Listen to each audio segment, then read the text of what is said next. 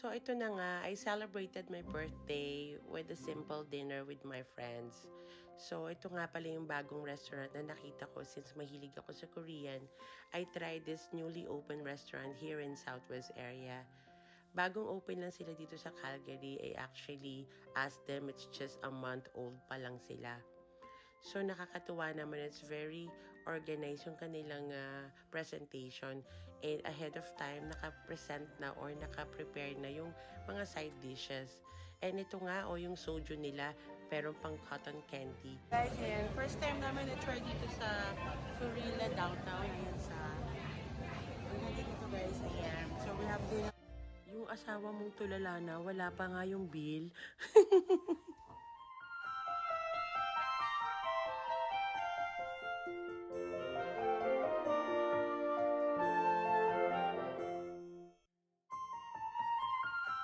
Ayun na nga, nag-order na nga ako ahead of time bago pa dumating yung mga friends ko. So, ito nga palang Korean restaurant ito is not eat all you can. It's a la carte. Pero meron silang shareable for the party if ever na you're celebrating a birthday like this.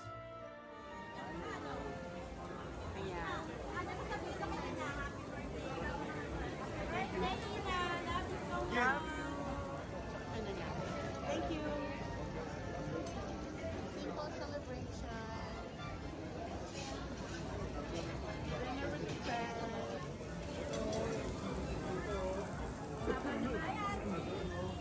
Hi, Model. Hello, everybody.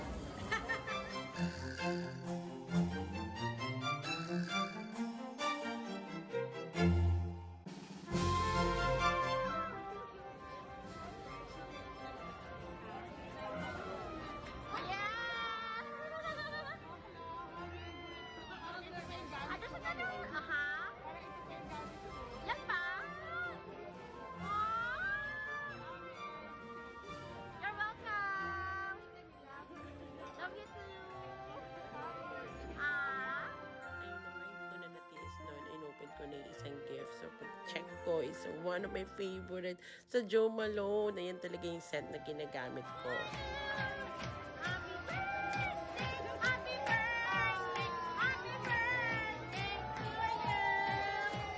Ayun na nga, nagulat kami na lahat ng staff, even the kitchen staff, lumabas sila to sing happy birthday sa mga celebrants na mga customer nila. So, highly recommended. Sobrang gustong-gusto namin. Even the food is really good here at Korila Korean Barbecue. Visit nyo na, guys!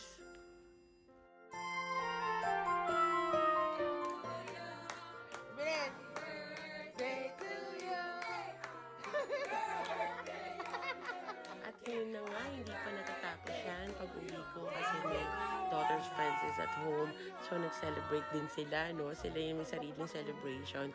So, yun na nga, binati nila ako. Nakakatuwa naman, ang dami nagmamahal. At hindi pa natatapos siya dahil kinabukasan, one of my good friends, talagang all the way from Edmonton, they visited me and then nagdala pa ng surprise cake. I love you all, guys!